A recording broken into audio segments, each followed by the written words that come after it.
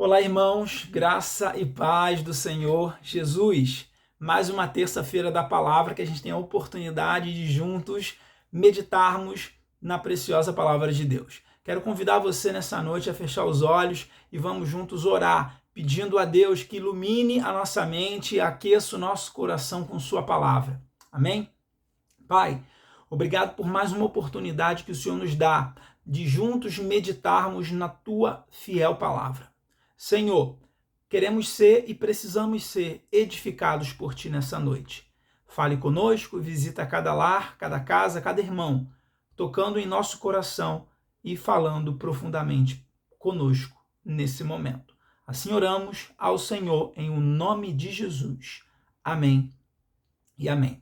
Queridos, hoje nós vamos meditar um pouquinho lá no profeta Isaías. Profeta Isaías, capítulo 40, verso de 27 a 30. Lá no verso de 27 a 30 do profeta Isaías, nós vamos poder perceber um pouquinho daquilo que o profeta está vivenciando e o que ele está profetizando para aquela nação naquele momento. Qual era o contexto, não é, na realidade, de vida do profeta? Isaías tinha vivenciado, estava vivenciando o declínio da nação de Israel. Por causa do pecado, da desobediência, Israel não mais era o que era no passado. Ou seja, ela foi como nação se dividindo e depois poucas tribos estavam ali restando. Nesse cenário, Isaías está profetizando no contexto da tribo de Judá. Isaías profetizava nesse período. E o interessante de se destacar, o interessante de frisarmos, é que uma coisa Isaías não deixava de fazer, que era anunciar e declarar, profetizar em meio àquele povo de quem era Deus, das suas grandezas, das suas maravilhas e dos seus feitos. Então, Deus ele sempre manteve o controle, Deus sempre tinha o poder, Deus continuava sendo Deus. Mesmo aquela nação que ele havia chamado de sua, estivesse sendo oprimida, estivesse passando aí por uma situação muito difícil, por causa do próprio pecado e da desobediência do povo para com aquilo que Deus mandava, com aquilo que Deus orientava o povo a fazer.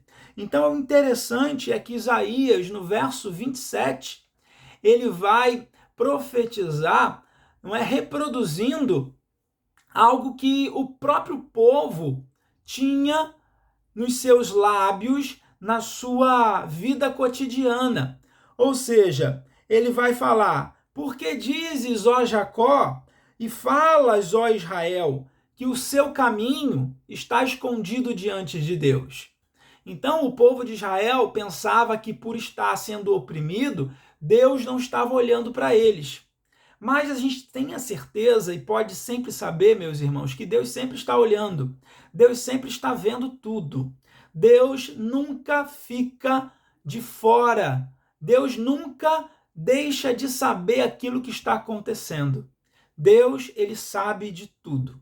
Deus, ele está vendo todas as coisas. E não era diferente com esse povo. Então, Isaías vai dizer: por que falas isso, ó Israel? Acaso não sabes a grandeza incomparável do Senhor? Algo que Isaías vai começar a falar desde o início do capítulo 40. Acaso não conhece quem é o Senhor, o Deus de Israel, conhecido assim? Ora, Deus não estava passando despercebido. Para ele, não era ato desconhecido aquilo que Israel estava passando. Não, ele sabia muito bem. E conosco, irmãos, não é diferente. Deus sabe tudo aquilo que a gente está passando. Deus conhece tudo aquilo que tem chegado à nossa porta, aquilo que tem chegado à nossa mente, aquilo que tem chegado à porta do nosso coração, aquilo que tem entrado e feito morada.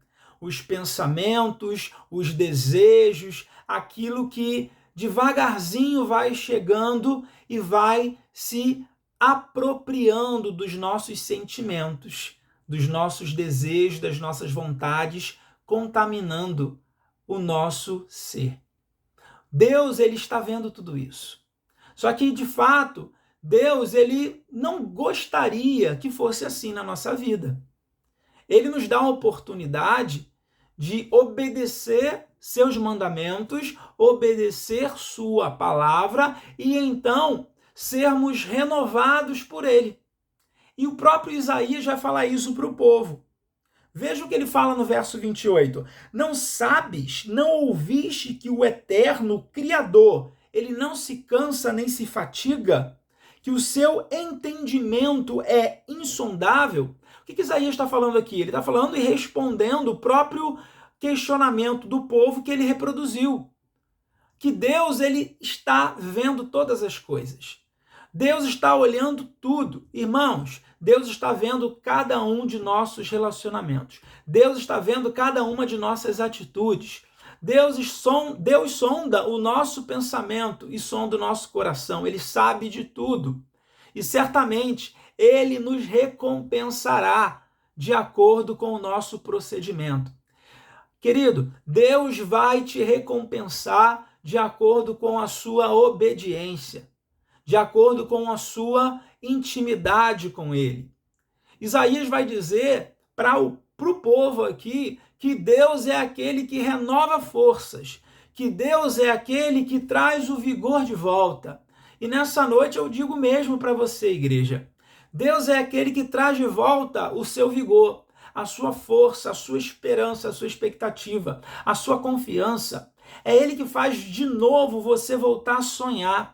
É ele que faz você de novo a ter esperança, grandes expectativas de boas coisas que estão por vir. Isaías vai dizer para esse povo aqui, ele, Deus, dá força ao cansado e fortalece aquele que já perdeu o vigor. E eu digo para vocês nessa noite, meus irmãos, como boca de Deus para essa igreja, Deus é aquele que vai te fortalecer na sua caminhada de fé. Deus é aquele que vai renovar a sua força em meio à sua vida, em meio à sua rotina de vida. É ele que te sustenta, é ele que te fortalece, é ele que te dá vigor. Então, creia que Deus, ele não está longe de você. Ele está vendo tudo o que está passando na tua vida. Tanto as coisas boas como as coisas ruins. Tanto aquilo que é proveniente da obediência sua para com ele, como aquilo que é proveniente da sua desobediência. Deus, ele está sondando sua mente e o seu coração. Ele te conhece e ele nessa noite ele quer renovar suas forças. Isaías vai continuar dizendo para eles, para o povo de Israel, para a nação de Israel, mais precisamente para a tribo de Judá, que os jovens se cansam e se fatigam. Os moços caem, mas aqueles que esperam no Senhor, eles renovam as suas forças. Porque o Senhor a renovará.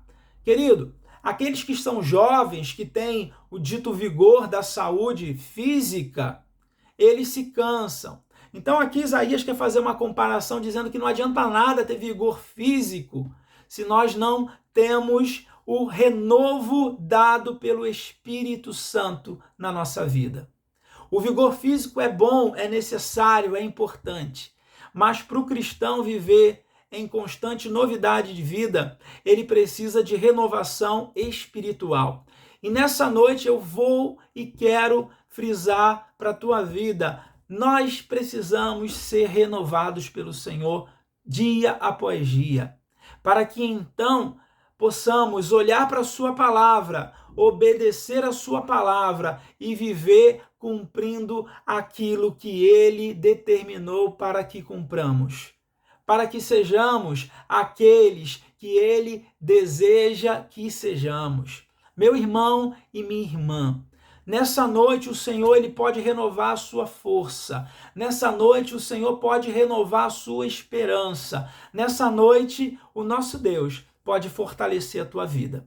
Assim como Isaías profetizou aqui, dizendo que o Senhor, o grande Senhor, o grande eu sou, é o Senhor. Ele é quem renova forças. É Ele quem dá vigor. É Ele quem traz de volta a esperança. É Ele que traz de volta a limpeza da mente. É Ele que aquece o coração. É Ele que dá bons pensamentos para cada um de nós.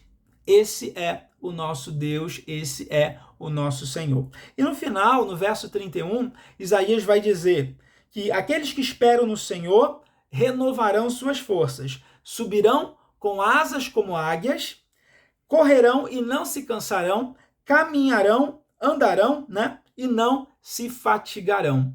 Então ele faz algumas comparações, não é? Ele usa algumas figuras aqui para dar o entendimento de que o Senhor, ele, quando renova as nossas forças, nós vamos muito mais longe.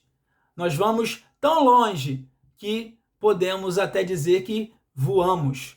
Nós continuamos a caminhada e nós não cansamos, nós não desistimos, nós não paramos, porque é Ele que está nos renovando dia após dia, é Ele que está nos fortalecendo dia após dia. Meu irmão, peça ao Senhor nessa noite: Senhor, renove os meus pensamentos. Senhor, aqueça o meu coração. Senhor, renove as minhas forças para que eu seja aquele que o Senhor deseja que eu seja. Que eu possa caminhar confiante, crendo, obedecendo e vivendo uma vida com o propósito de fazer sempre a tua vontade e tendo prazer em te obedecer. Amém? Que Deus te abençoe nessa noite. Que Ele renove as suas forças, te dê um fim de noite de graça, de bênção, para que o amanhã seja melhor do que o hoje, para a glória do nome do Senhor. Que Deus te abençoe. Tome posse dessa palavra. Encha-se do Espírito.